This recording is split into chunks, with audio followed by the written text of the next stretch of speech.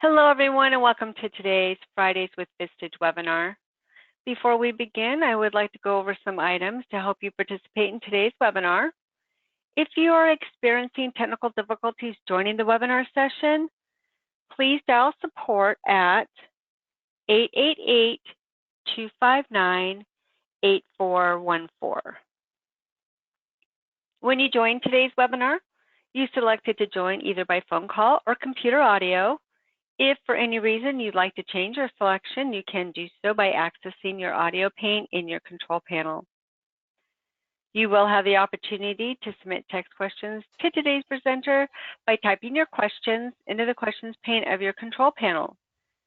We will collect these and address them during the Q&A session at the end of today's presentation. During the presentation, all participants will be in listen-only mode. Please note that a PDF of today's presentation is available for download on your computer control panel. A recording of this presentation will be sent to attendees via email within the next week. And now I'd like to introduce the moderator for today's webinar, Ann Petrick, Senior Director of Research at Vistage. Thank you, and welcome to Innovating for Growth, how CEOs can break away from the status quo. Rapidly changing markets fueled by fierce competition, changing customer requirements, accelerating technological advancements, and an uncertain economy have left CEOs with two choices for their business: innovate and grow, or stick with the status quo and face the threat of becoming obsolete. Today, I'm joined by Vistage Chief Research Officer Joe Galvin and Marc Emmer, President of Optimize Inc., as well as a Vistage speaker and member. And together, we're going to dive deeper into the insights from our latest report, Innovating for Growth. Today, we'll share how you can better leverage different types of innovation, from incremental to radical, how you can overcome common barriers to innovation, and how you can optimize practices across all areas of your organization. Welcome, Joe. I'll turn control to you to get us started. Great, thank you, Ann, and welcome everyone. As Ann said, our goal here today is to present not just the highlights of our report, but also to add color and depth to some of the commentary, and we're very pleased to have Marc Emmer join us today. As we're going to explore this a little bit deeper and try to tease out some of the deeper insights that we just didn't have space or time for in the report. You know, innovation is one of those topics that's top of mind for many CEOs. And what we wanted to identify in our report was really, what are people that are growing? How are they leveraging innovation, and what does that mean? We found that while everyone was innovating, there were certain things that high growth companies were doing more often. We found, for example, that 37%, the high growth companies are 37% more likely to rely on radical innovation. We'll define our concept of radical innovation and incremental innovation in a minute, but it's doing things above and beyond the norm. It's really trying to break the rules. When we talk about radical innovation, it's not necessarily an Amazon or an Uber type thing, but in your space and in your market, what are some of the radical things that can be done? And we find that high growth companies are more likely to do that than no growth companies. We found that while all companies are innovating, all companies are focused mostly, 74%, on incremental innovation, which is just the process of getting better. And interestingly enough, we found that our CEO community commented that one of the biggest inhibitors to their ability to innovate was lack of time. And we'll explore that a little bit as we get deeper into the report. We are fortunate to have Marc Emmer join us. Marc is a longtime Vistage member, a longtime Vistage speaker, one of our great contributors to the Research Center, and author of the book Momentum: How Do Companies Decide What to Do Next? Marc, welcome. Thank you, Joe. Greetings from Los Angeles, where the sun is finally shining after a long and gloomy spring. Glad to hear that. I also want to acknowledge the contribution of our friends at the University of Southern California Marshall School of Business. Ken Merchant and Shelley Lai worked with us very closely in the development of our questions, how we wanted to present and share the content. And they'll be doing an academic report on a deeper dive into innovation that they did on the basis of this report. They're not joining us today, but know that their contributions are throughout this report. So thank you to both Shelley and to Ken. With that, let's get into part one, which is really understanding innovation. One of the things that we've learned in doing research is that the first thing we need to do is really define what the topic is. So defining what innovation is. And you know, innovation is one of those words that everyone seems to have their own definition of their own concept of what it is. So we felt as a foundation for this report, we would define that. And then in this first part, we'll go into comparing incremental and radical innovation to give you a thought framework to think about where you are and what this might mean for you.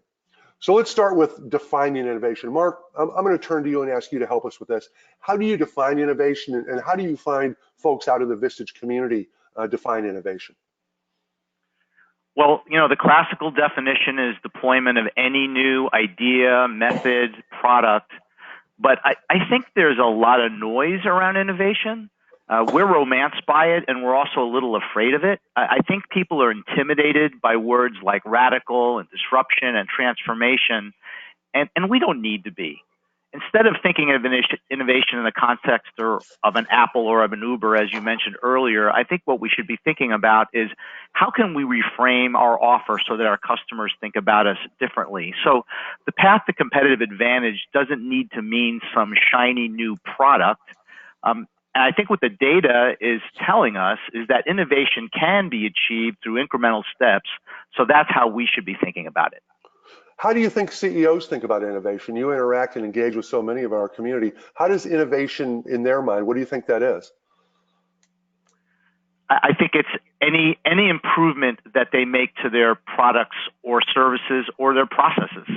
Okay, well that feeds very nicely into our concept of innovation is about breaking the status quo. The status quo is right now. I'm not a believer in the status quo. I think that our markets and our businesses and our lives are moving so quickly that the status quo is what was, it's not what is. And breaking the status quo can be both incremental and radical. So when we think about on an incremental side, it's really about getting better. It's the process of improving your workflow, upgrading a product, being better at your services. I think incremental innovation is part of that continuous improvement movement, but it's all about how can we get better? Can we go after new customers? Acquiring new customers is a lot harder than servicing new customers. How do we go into new markets? Those are all examples of incremental. Or how do we improve workflow or improve a process? Maybe you acquire a technology that allows you to now do something in a different way. That's our concept of incremental innovation. It's constant improvement. On the other side is radical innovation. Again, this is not getting Amazon or Uber or totally changing and disintermediating a market. Rather, it's what are some major novel products or services or capabilities or things that you can do that would radically change your business, right? It's about creating radical new services or different capabilities and developing new technologies to support that.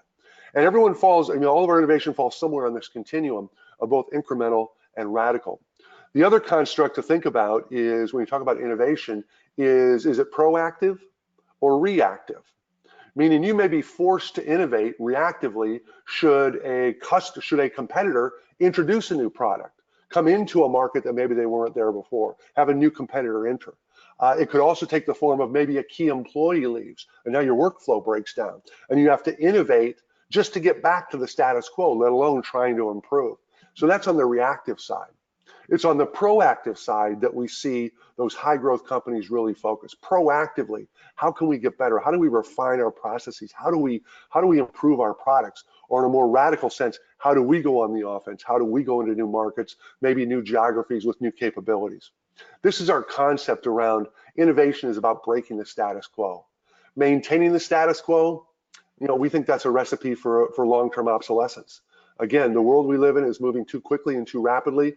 It takes a tremendous amount of effort just to keep up, let alone to try to get ahead. Yet we found those high growth companies are more likely to do a variety of things that we'll talk about in a minute when it comes to innovation. So when you think about innovation, think about it as breaking the status quo. If you're not happy how things work today, if you're not comfortable with the efficiency or the effectiveness of your processes, your workflows, if you're not happy with where your products are, I think your products can be more.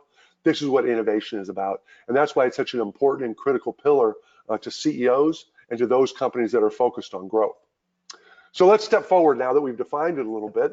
Let's dig into practicing innovation. We want to talk about some of the activities that we see SMBs are doing, small and mid-sized businesses. Compare the high growth and no growth. And this is really interesting. It's something that we're really fortunate because of the excellent response rates we get from our members of our community. We can segment our audience and look at high growth, those companies that grow at 10% or more versus no growth, those that are flat or maybe not growing. And then Ann will share a couple case studies of members in action, how people are really taking this to heart. Let's start with some of the questions that we created. And again, this is with the help of our friends at the USC Marshall School of Business. These first four, if you look at them, These are examples of incremental innovation. And we ask the question, my company's success is based on one, operational efficiencies. How do you reduce time, reduce cost, get better? How do you improve existing products or services? How do you service new customers or new markets? And what are new processes for making or providing existing products? These are our areas of improvement. On the more radical side is completely new products, completely new services, breaking the mold and getting outside of that comfort zone. It could involve technology. It might be technologies that you create, or more likely it may be that you now invest maybe in a CRM system. That's the business application that that 44% of our members are investing in. When you bring in something like a CRM system, this is radical innovation in your organization, because you're not just taking the way you had dealt with or managed customer and customer data in the past. You're doing it in a completely way wrapped around the best practices that are built into these technologies. And then, of course, we see some organizations, not many, but some organizations that develop technology. You know, technology is such a change agent and driver of so many things. Developing new technologies, either internally or externally for sale, are another examples of radical innovation. Marc, I'm going to ask you to step in here now, because I'm going to add the data element to this in terms of how the whole population responded to these definitions of innovative and radical innovation. See what your thoughts are. Yeah, I think the results may skew a bit because we have so many members that are in manufacturing and construction, but I'd say that we need to be cautious of being overly reliant on operational efficiencies. We all want to be more efficient and save time and save money, of course, but even if you're able to achieve operational excellence, you might eke out a 3% productivity gain in every year. And of course, all your competitors are trying to do exactly the same thing. So you might get a little faster, cheaper, better, but that's not going to create any meaningful differentiation. So in my Vistage talk, I emphasize creating a blended approach to growth and making both incremental improvements to existing products and services, and also kind of look outside your core at the same time as part of that formula. Yeah, Marc, do you see CEOs really anxious to get outside that comfort zone? I mean, everyone's trying to improve constantly. We know that, and our data supports that. But it was a smaller percentage that really wanted to break that mold and get out into some of the radical types of innovation. What do you see are attributes of that, or how do you see those types of leaders that embrace that? Yeah, well, just think about the kind of underlying psychology, right? It's a lot easier to have your daily checklist and to have the gratification of knowing that you got certain things done. To reach outside and invest in innovation for which you may not get a return for 3 or 4 years is just a lot harder and not as fulfilling. So I think a lot of executives really struggle with that. Yeah, it's something we see, and a lot of times, especially in family-owned businesses, we'll see generational change will be one of the catalysts for that. Then as the next generation steps up and takes control, and the senior generation kind of steps back a little bit, they seem to be more anxious and more ambitious about wanting to drive real change in the business, to take it and grow it to other places. So there's some aspects of that on the generational side. You see it too, where you've got professional CEOs. A new CEO will come in, you'll have a regime change, for lack of a better phrase, and that will drive some of that innovation as they come in to try to take the business to places that it's not going. What we do see and what our data has supported is that maintaining the status quo is not the safest bet. In fact, again, with the velocity of business today, it requires that we're all constantly innovating and moving. And whether you have an appetite for big or small, the important thing is that you're constantly looking to develop and improve where your business goes. As an example of that, we looked at high growth companies, and this was one of the pieces that was really fascinating when we separated, in our community that responded, between those that are growing at 10% plus and those that aren't. And again, while we found that everyone is innovating, we found that high growth companies were 39% more likely to develop new processes for their existing products or services, not accepting the status quo, not accepting that good enough is good enough, because good enough is never good enough. It's always about getting better. They're 50% more likely to provide new products and new services, building on what they have, adding complementary capabilities, introducing new capabilities, as you said, Marc, always driven by what the customer is asking for, what the customer needs, and how they can use this as an advantage in the market. They're 37% more likely to rely on radical innovations. Clearly, growth is about breaking the mold.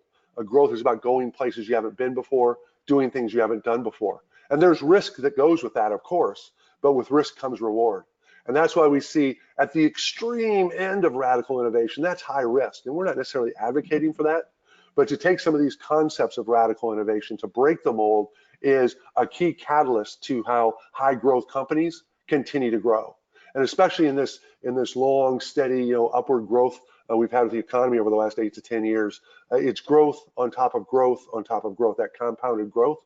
And it's radical innovations that are going to allow you to maintain that, because eventually just the weight of growth will do it. And then 58%, again, Mark, this may come back to your comment about the demographics of our community, but they're 58% more likely to create new or different types of technologies they can patent. And that could also be connected possibly to new or patentable products and capabilities. But it shows that while all companies are innovating, high growth companies are more likely to engage in these types of activities. And I thought that was really interesting. The question that I would ask our listeners to think about is what are areas of radical innovation that you are pursuing or you could pursue? Again, not going to the extreme of trying to Amazon someone, but really thinking about how can you really break out of where you are and become part of the next thing. And that's why, Mark, let me turn to you now. What are some of the key learnings that you saw as we did the work on this and the analysis and all the conversations we had about some of the key learnings from high growth companies? Yeah, so for me, this is the big idea and the key learning of the study. And that is that the companies that are growing at 10% or more are making bigger bets than the ones that are flat. So you mentioned that 37% are investing in radical innovation of the high growth companies, but they're not necessarily doing that through new technology. So obviously every member would like to retain the clients that they already have and sell them more. That should be our top priority. But even well-run companies lose 10 or 20% of their revenue every year through attrition. So we need to constantly be looking for new customers that are replacing the ones that are falling off the back of the bus. So there's several ways that high growth companies are making bigger bets. They're growing in adjacent markets and services. That could be a geographic market, or it could be expanding your service bundle into things that we refer to as being on the edge of the offer. So that would be things like warranties, configuration, consulting, ancillary services where you could kind of improve your margins and make your offer more sticky.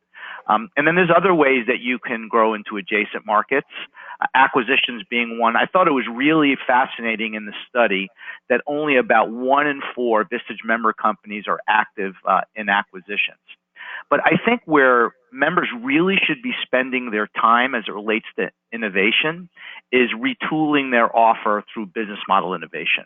So this goes back to my comment about technology. So in Silicon Valley, for example, some of the most innovative companies in the world utilize a strategy known as recombining, which is just utilizing existing tools and technologies, but packaging them differently than your competitors are. So if you consider Square, for example, they've disrupted industries that took 100 years to erect, such as cash registers and payment systems.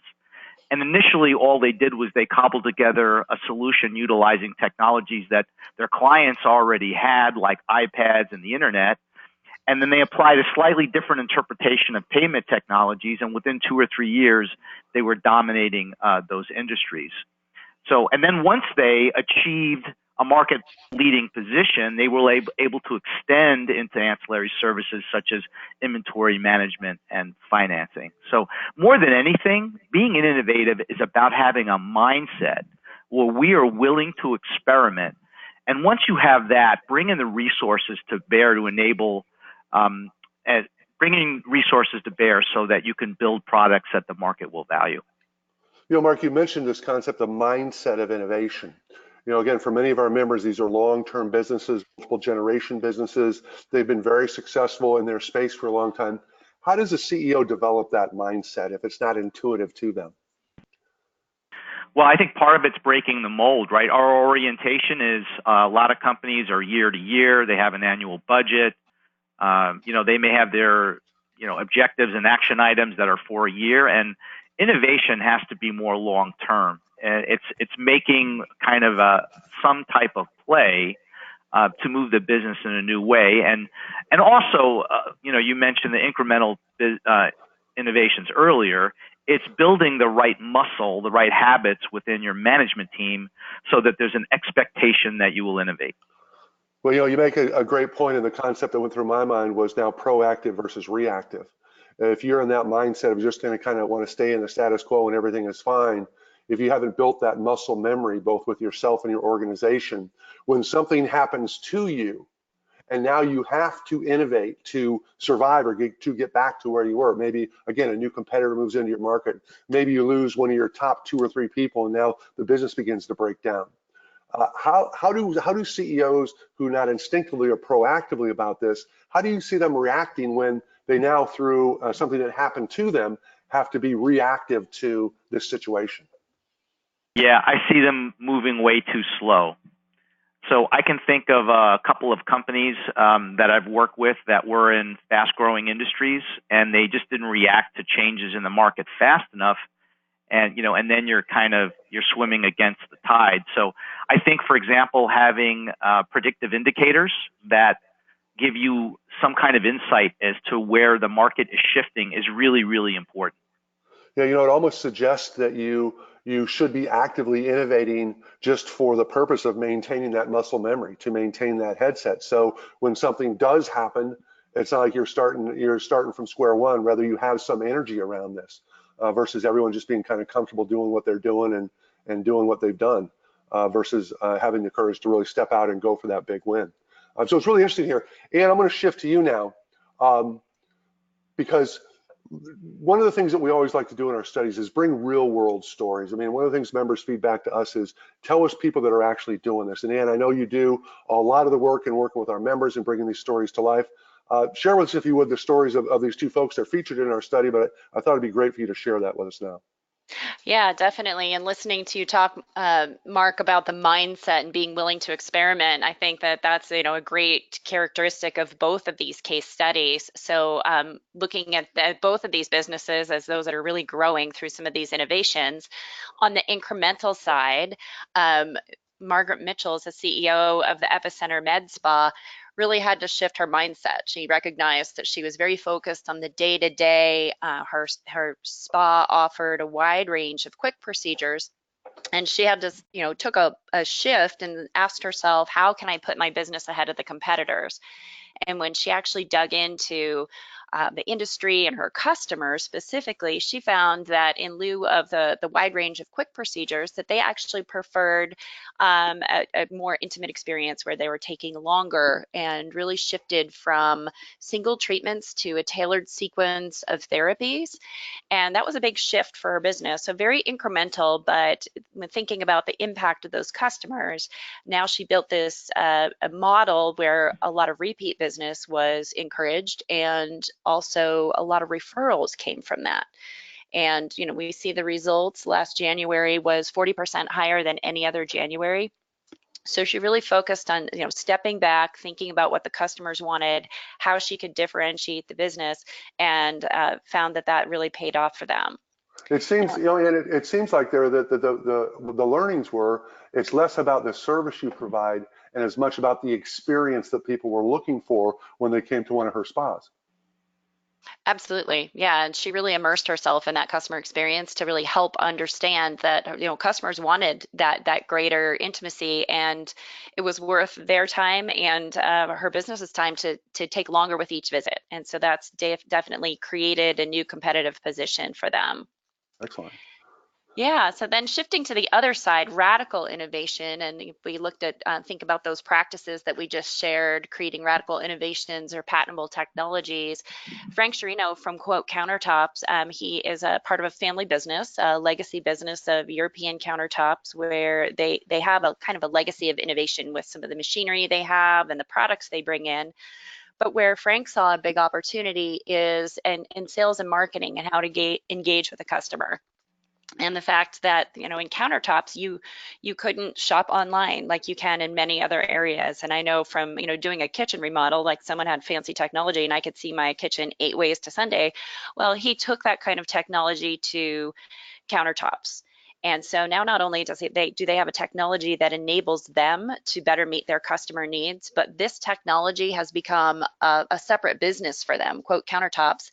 And this SaaS model is now being adopted not just by their company to serve their customers, but big box and other mom and pop countertop businesses are using this as well. So again, recognizing a customer need, a development, a capability that just didn't exist, and being first to market with it and seeing a lot of results. So now not only are they able to increase their ticket price through this technology that encourages different kinds of shopping patterns, but they're also able to offer this technology to other businesses to be able to increase their bottom line as well.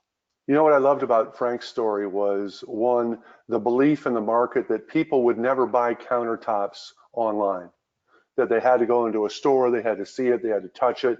It had to be that more traditional analog human buying experience that no one would buy on the web. And then they created this technology and all the things that you described in your experience and what Frank describes in the case study. It was taking a risk. It was taking a risk that you could make this investment in technology, that you could put the business out there, and it turned out the market responded.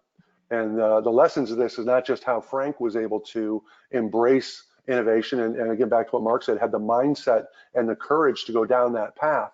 But now what's happening is the fast followers, the people in his space are now reacting to his innovation, and you see the copycats, and that's the highest form of flattery. We know in today's world that great ideas half-life is only a nanosecond because it's quickly repeated and replicated. By being the first to market and by spearheading this, Frank's given his company the market advantage in this online countertop world. It's a fascinating story, and again, we highlight it in our report, but there's also an extensive video, I think it's 5 or 7 minutes, a video interview we did with Frank that's available, you can click to, where he goes deep into it. And again, I would invite folks to listen to that, if for no other reason than to connect to the mindset of an innovator. Someone just like you and me who saw an opportunity and realized that this is a radical innovation. Now again, he didn't go out and create a whole new market and disintermediate a whole business. He just created another way for people to buy what they already had. And by making it easy and simple and clean, having it wrapped around the customer, just like Margaret did, wrapped around the customer, it's given a huge boost to their business, and they're going places that they probably wouldn't have gone. And again, kudos to Frank for doing that. And it's a great example to get us to think about, maybe it's not a technology solution, but what could you do as a CEO to really step out of your comfort zone, step out of your status quo, and find a way to lead the market? And in doing so, enhance the experience of your existing customer and draw new customers to you. So great, Ann. Thank you for those case studies. Let's step into part 3 because, I'm sorry, Marc, did you want to comment?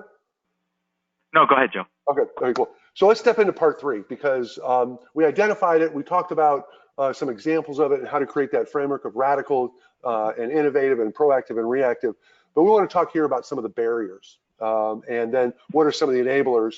And then Ann's going to help us apply the Vistage decision model and see how innovation plays out across the elements of the decision model as we begin to explore. And really, our goal here is to create and provide questions and thought bombs for you guys, for our members, to think about what it could connect to your world. So let's talk for a minute about barriers and stop and think about, what are the barriers when you think about innovation and what you're trying to accomplish in your business? Again, whether it's radical, whether it's innovate, or whether it's incremental, whether it's proactive, reactive, what are some of the barriers? And we asked that question, what are the barriers to innovation? And what we found in our survey was, and it's great, the word cloud really helps capture all these different words and concepts, but it was lack of time. So we just don't have time to do that. We're too busy doing what we're doing. And I would argue that you have all the time there is. It's just a question of how you choose to spend it and where you choose to invest it. Limited capital investment, yeah. Capital, having money, innovation isn't always just on the muscle. It does require time and money. This, I think, number 3, I thought that would be more important, but it's this concept of change. People get real comfortable doing what they're doing, and when you ask them to change, potentially you threaten their role. You force them to do or learn or become something you haven't seen. We see this especially when people deploy business applications. We talked about CRM before, but introducing a new customer relationship management system or a new inventory management system or a new human capital system, whatever those are, that requires personal change. And personal change, behavioral change is something that's hard for humans to do. And that resistance to change is going to exist in every collection of humans. And I think this really connects to the CEO's role as catalyst for change. You know, we like to say that execution is the art of leadership, that the ability for leaders to not just make decisions and make investments, but to drive that internal change is critical. It's easy to get caught up doing what you're doing, but doing what you're doing will get you what you got. And again, this barrier is one that we need to overcome. And then, you know, connecting low employee engagement to resistance to change, those are kind of connected. But this, again, it comes back to leadership. It's the ability for the CEO and the leadership team to not just make those hard decisions, but to be those catalysts for change and to motivate the organization to go forward. So there are as many reasons as there are days in the month as to why you can't, won't, or wouldn't change. And yet it is change that is driving and propelling those businesses forward, as we saw with both Margaret and with Frank. When we talk about enablers, now we see the other side of that coin, right? What are the enablers? We ask CEOs, what are the variables that facilitate? What drives that? And, you know, going through all the responses, and again, you can see the word cloud here, we found having the right organizational culture. Culture is such a powerful tool today. And it's a reflection of your culture. It's an ability for your organization to pivot and move in new directions. You know, there's concepts about a culture of innovation, a culture of this, culture of that. I think innovation is a part of any culture, and it's how your culture chooses to embrace that. So clearly having the right culture or having it embedded as part of your culture is essential to be able to do not just the incremental stuff, but the radical stuff. We heard in both cases from Margaret and from Frank that it's about the customer, right? You know, the customer is what drives everything. The customers are what makes our businesses businesses. So having an ear to the customer and listening to what they're looking for can be a key catalyst to that. Again, selecting the right people and motivating them is connected to some of the things we saw in some of the inhibitors. It's about having people who are open to change and willing to advance. I know a story of one of our members who was an award-winning member at one of our executive summits, with a leadership award, had to fire 2 20-year employees because they had acquired some new businesses. They had moved the business from what it was to what it is to get to where they wanted it to be. And these 2 folks, long-term employees, good folks, but they were too caught up in the past. They spent their energies talking about why it wouldn't work, why it wasn't good, how that's not how we do it, that's not how we did it. And the CEO had the courage to recognize that these are not the right people. They were the right people and they were grateful for their 20 years of service, but to take the business where it needed to go, they were inhibitors to that. And so having the right people and motivating them, as well as making sure the people you have are the people that you want to have, is a big part of that. And then it's always that concept of continuous and incremental improvement. You know, I don't believe in the status quo. If you're not getting better, you're getting worse. If you're not getting richer, you're getting poorer. If you're not getting smarter, you're getting dumber. So if you're not moving forward, again, especially in the dynamic world of today, I think it's a recipe for obsolescence and eventually a big issues. Marc, let me ask you now. Again, you see so much of that. You engage with so many companies. What do you see are some of the keys for driving innovation that our CEOs can pick up and bring into their businesses? Yeah, well, I know this isn't going to be a popular comment, but I think saying that we don't have time for innovation, it's kind of like saying you don't have time for your kids or for exercise, right? I mean, if innovation is really important to us, we make time for it. So let's face it, not everyone wants to be an innovator. Innovating is hard, but in fairness, a lot of our members are resource constrained. If you have 200 employees, you probably have a product development team, you may have some product managers, but if you have 20 employees, you may not have dedicated resources. So in that case, I implore our listeners to carve out time every month for innovation. And that might be in the form of a task force or a working group, but task that working group with managing initiatives that will increase the enterprise value of your company, but maybe through things where there could be a 3 or 4 year payoff. So those things will never get the attention they deserve unless you institutionalize them through your goals, your objectives, your working groups, your KPIs, and so on. And you know, if you need inspiration on how to innovate, the one piece of advice that I would offer is to look outside your industry. So at the Vistage Research Center, every year we publish a series of trends around the first of the year.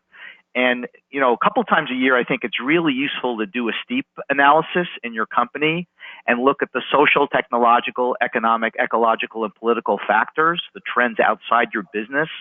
And then from there, work to craft the unique offerings that may not be offered within your industry today.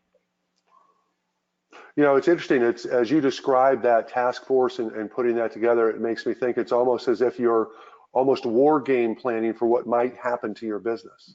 You may not choose to engage in some radical path, but as we mentioned in our proactive and reactive framework, that things will happen to you and you may have to react to them. And if you go from a cold start versus having maybe thought through it a little bit, that feels like a better way to be prepared. And I love your concept of dedicating time. We have all the time there is. Consequently, you need to allocate it based on the priorities of your business.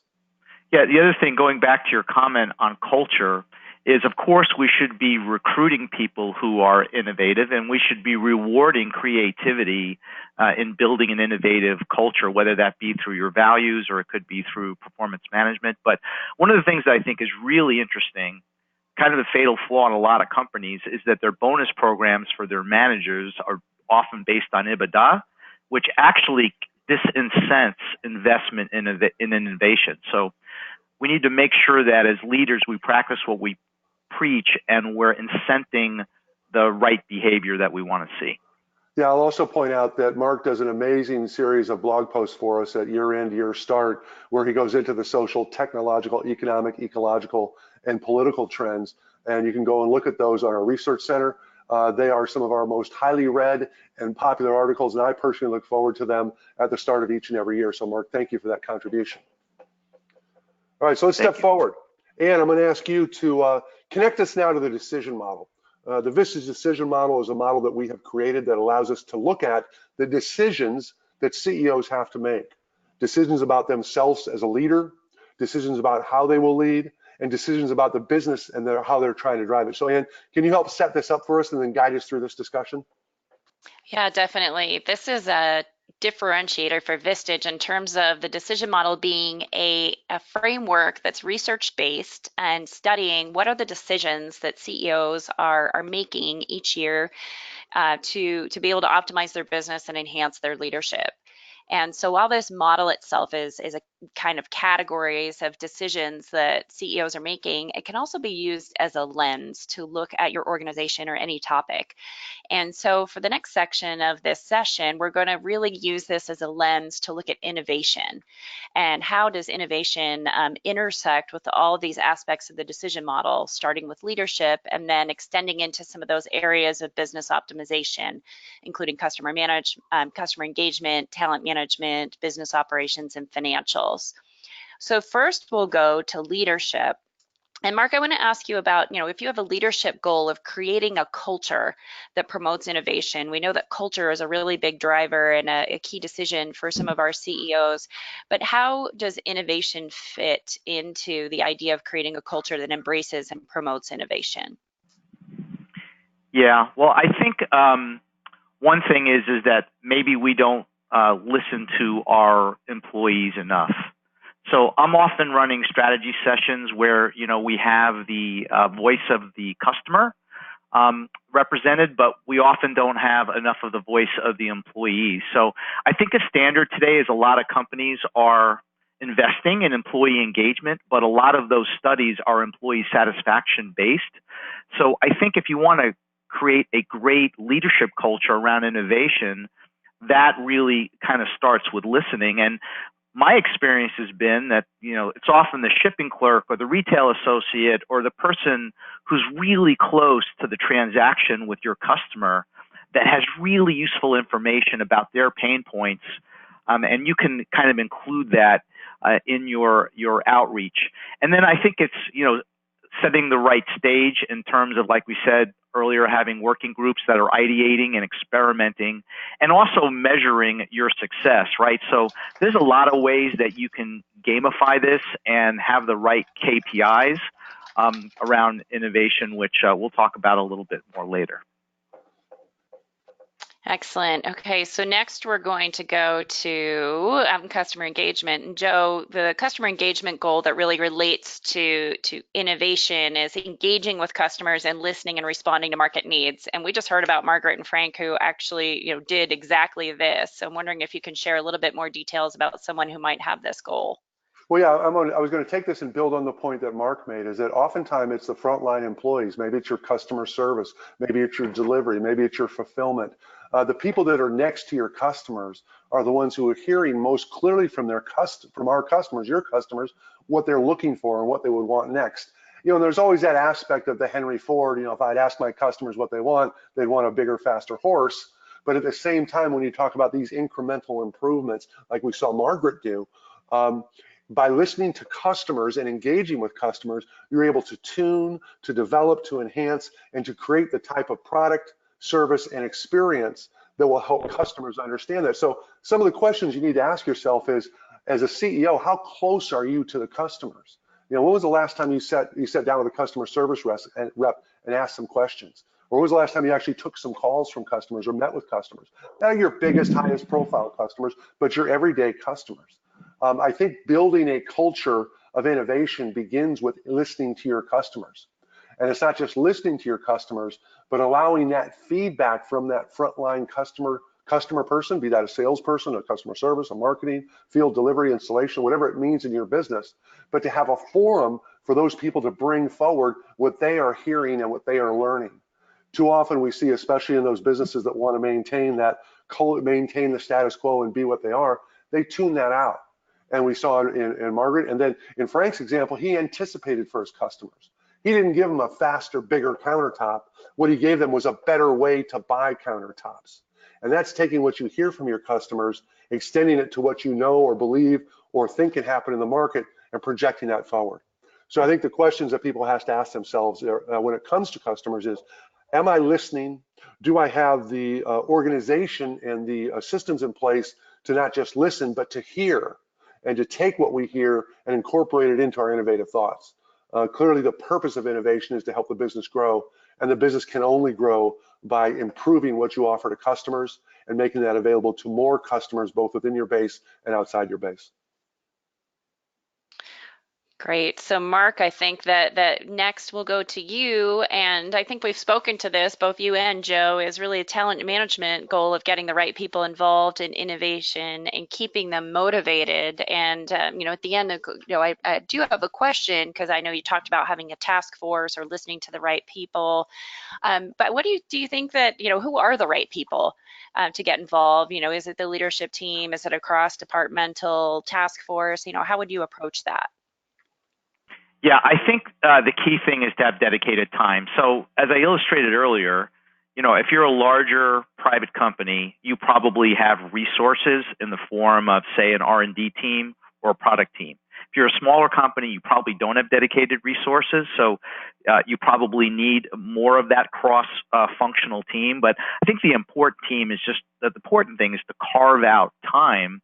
And to your point in the slide, that might include using some unusual suspects in your outreach, and that might be both internal and external. You see a lot of companies, for example, are putting together user groups at conferences and so on with customers that might interact with their employees, so that they're constantly ideating and getting input from a kind of a broader group of people. Thank you, Marc. In the question and answer session, I'm going to come back to that idea of unusual suspects. But next, we'll move around the model to the area of financials.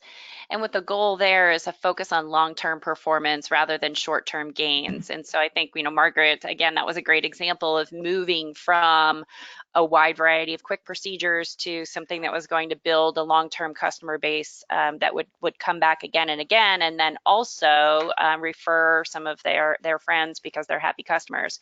But Joe, talk a little bit about long-term performance and how innovation can feed into that. Yeah, innovation is playing the long game. It's rare that you'll do something and it'll instantly have an impact on the month or the quarter's number. That's not the purpose. The purpose, be it radical or be it incremental, is to promote long-term growth and being better in the long term.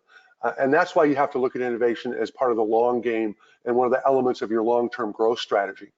What's also interesting about it when you think about a financial standpoint and you start thinking about metrics and how metrics would connect to this, one of the pieces that Ken and Shelley are doing that goes much deeper into this is the type of metrics you use in measuring your operations are very tactical, they're very measurable things. But when you talk about innovation, you have to loosen up those metrics. You have to allow for more flexibility as you go into places that you haven't gone before, doing things that maybe you haven't done before. It's not trying to tighten it down and be precise and specific. Rather, it's opening the aperture and allowing the, whether it's a process improvement or a new product or you're going to a new market, you have to give this innovation time to play out. You have to give it time to grow into itself, to learn that maybe we're down this path, but we want to veer 5 degrees to the left or 10 degrees right, whatever that is.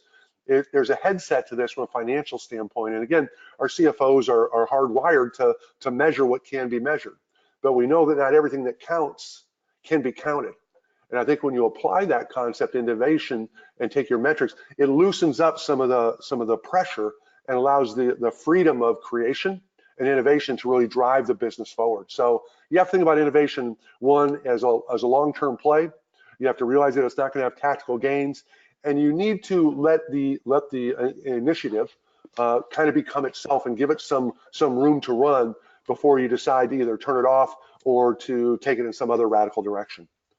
Yeah, I think there's actually a kind of an even more fundamental problem that I spoke to earlier. You know, us as Vistage members, we live in this world that's kind of illustrated by the popular book, The E-Myth, right? We have a great idea, we build a company, and the next thing we know, we have all of these employees and these complex management teams and ERP systems, et cetera, and it's easy to lose sight of the most important things. So, you know, in lieu of trying to manage all this complexity, if we just focus on the one key problem and solve for that, like a lot of the other issues are pretty easy to solve for. So we need to be fanatical about understanding what our customers need, knowing that they can't or don't always articulate those things to us, and that our sales teams are not necessarily good filters for communicating market intelligence well.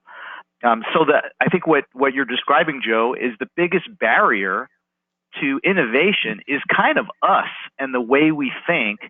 And so we need to create that new muscle so that our teams are kind of in a very calibrated way going out and innovating and investing in the future. Well, I think that's a great transition to the last area of the decision model and the operations goal is the, you know, structured product management processes. So listening to customers and then, you know, what is the process behind being able to react to that as part of the product development? Because that's, it's, you know, not just about the processes, but it's, you know, a lot of innovation takes place in the form of new capabilities. So Marc, can you share a little more about that? Yeah, so I think this is a real big pain point for a lot of mid-market companies. So part of moving to professional management is having a structured product development process. And of course, that applies to companies where service is the product. But one thing that I think is really important is managing the entire life cycle. So that's kind of moving from a product development mentality to a product management mentality. So it's understanding the entire life of your products from the time that you ideate them to the time that you retire them. And a lot of companies are realizing that managing the end of the life cycle is really important because, for one thing, that is often the time where you can make the most margin, is kind of at that long tail end of the cycle. And conversely, it's also a time where you can have a lot of dead inventory that can be really, really costly. And you know, another thing I think is really important is that you benchmark your spending either to competitors or potentially to yourself from year to year. So one of the things that I like to challenge members to do is graph 4 or 5 years of data and take a look at your revenue and your EBITDA, but also your sales spend, your marketing spend, your R&D spend, and see what kind of lift you're getting based on the investments that you're making. Another is to really understand the customer journey so that you make sure that you're delivering the right services in every step of the value chain. If you don't think you understand what a value chain is, there's a great white paper and video on our website at optimizeinc.net. But a lot of innovation is about making sure that you bundle the right services. So I think having an understanding of value chain is really, really important. And then finally, I think managing your project management in manageable chunks is really important, especially if you are resource constrained. So don't feel like you have to have your end-to-end product built. What they do in Silicon Valley is they very often will release a minimally viable product, and they do a lot of testing. I feel like we're not testing enough. What you see in e-commerce is every time a new product is released, its image, its description, its pricing is all A/B tested online before that provider kind of goes to market with it. So I think we could invest more in those things, and then make sure that you and your management team have agreement on what level of risk you're willing to take, and where you expect to get a financial return. And sometimes companies will innovate knowing they won't get a direct financial return from a product, but they want to send a message to the market that they're innovating, they're ahead of the curve, they're experimenting, and they're driving competitive advantage in that way. Well, great, Mark. Thank you very much. Let's bring this together now and talk about some of the big lessons that we learned when we talk about innovation in high growth companies. One is never stop improving. It's a relentless focus on getting better. One of the things that we know about high performers is that they recognize they're only as good as they are today, and they have to get better every day.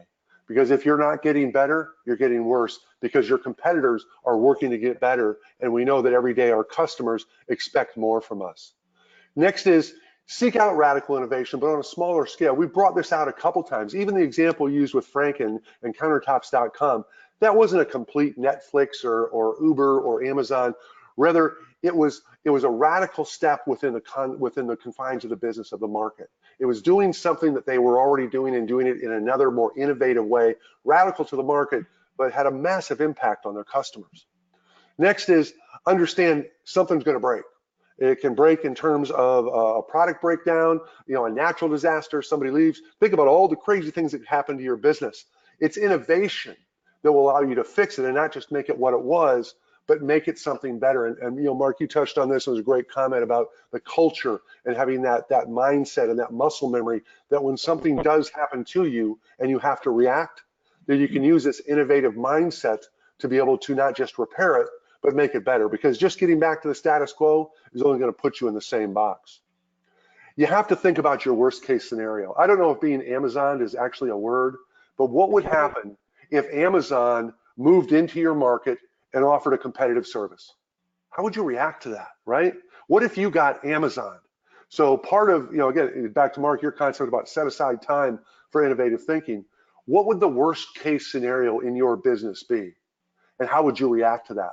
Now, we all hope that that never happens, and most likely it never will, but by playing that thought game to the extreme will allow you to be more quickly and more nimbly react to those things that will happen to you. Again, nobody wants to get Amazoned, but it does happen. And it's that concept of being Amazon, that call it the fear factor, that can really spark some of the creative thoughts that can really build that muscle memory.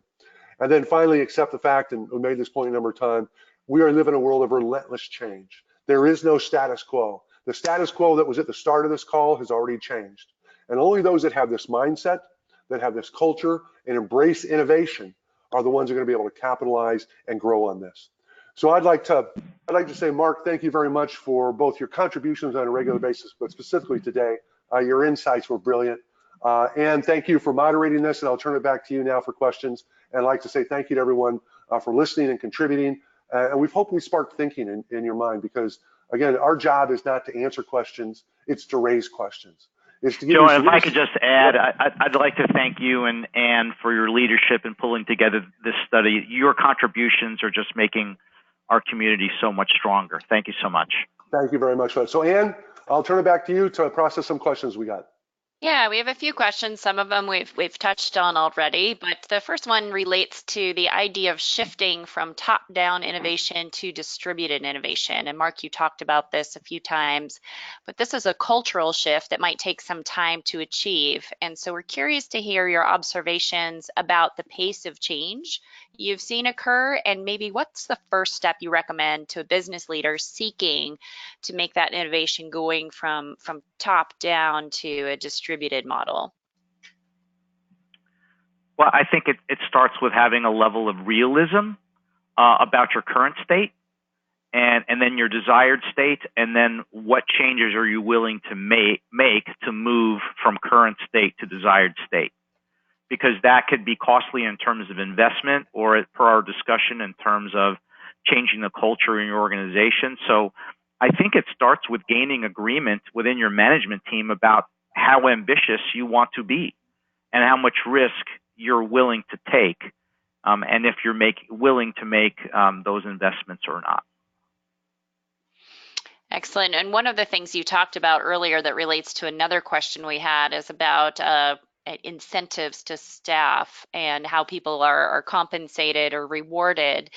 Someone asked if we could share a working model that incentivizes staff to surface innovative ideas. So that definitely ties to a kind of distributed innovation model.